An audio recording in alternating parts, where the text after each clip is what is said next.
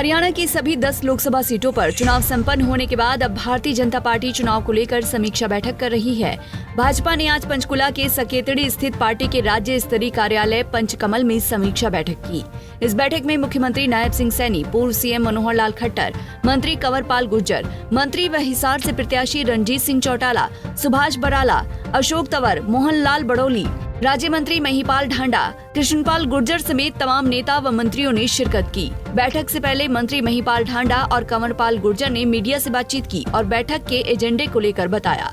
इस मौके पर मंत्रियों ने भाजपा के पक्ष में चुनाव का माहौल बताया और साथ ही दावा करते हुए कहा कि भाजपा सभी 10 सीटों पर बम्पर वोटों के साथ चुनाव जीतेगी। देखिए, जो भी जहाँ की जिस प्रकार की परिस्थितियाँ रही हैं और जिस प्रकार का हमारे पक्ष में मतदान हुआ, जहाँ मुश्किलें हैं, वो सारी बातों के बारे में चर्चा होगी डिटेल से।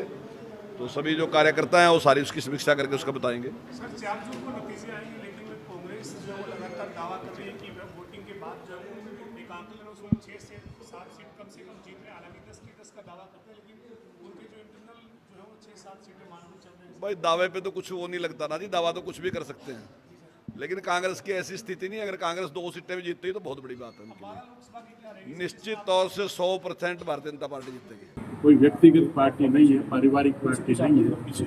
तो कोई भी चुनाव होता है, चाहे वो एमएलए का हो, चाहे वो निगम का हो, चाहे वो लोकसभा का हो, तो उसकी समीक्षा के लिए बुलाया। तो किस तरीके के नतीजे देखते हैं और खासकर आपके हिसाब में किस तरीके की संभावना है? हरियाणा में 10 की 10 सीटें भारतीय जनता पार्टी अच्छे मार्जिन से जीत रही है। आप फील्ड में थे सर, किसी तरीके की एंटी इनकम्बेंसी नजर आई? नहीं, कोई एंटी नहीं।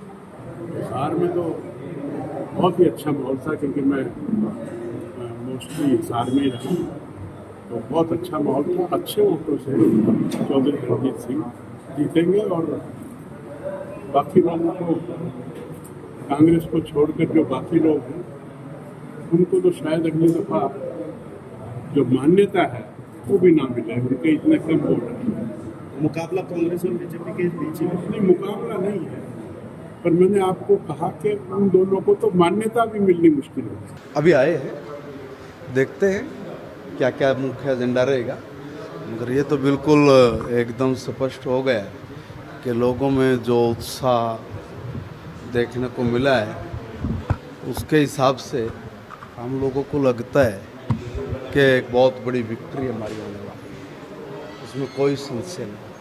आप चुनाव में थे, तमाम सीटों के साथ साथ करनाल में किस तरीके का समीकरण? करनाल की बहुत बड़ी विक्ट्री होगी, बहुत बड़ी जीत होगी। करनाल लोकसभा भी और करनाल विधानसभा भी, दोनों सीटों पे कमल की। 10 साल की एंटी इनकम्बेंसी कहीं नजर आई क्या आपको? नहीं, हमें तो नहीं लगा, मगर ये ज़रूर है कि भाई कुछ न कुछ लोगों की ग्रीवेंसीज तो अल्टीमेटली रहती है।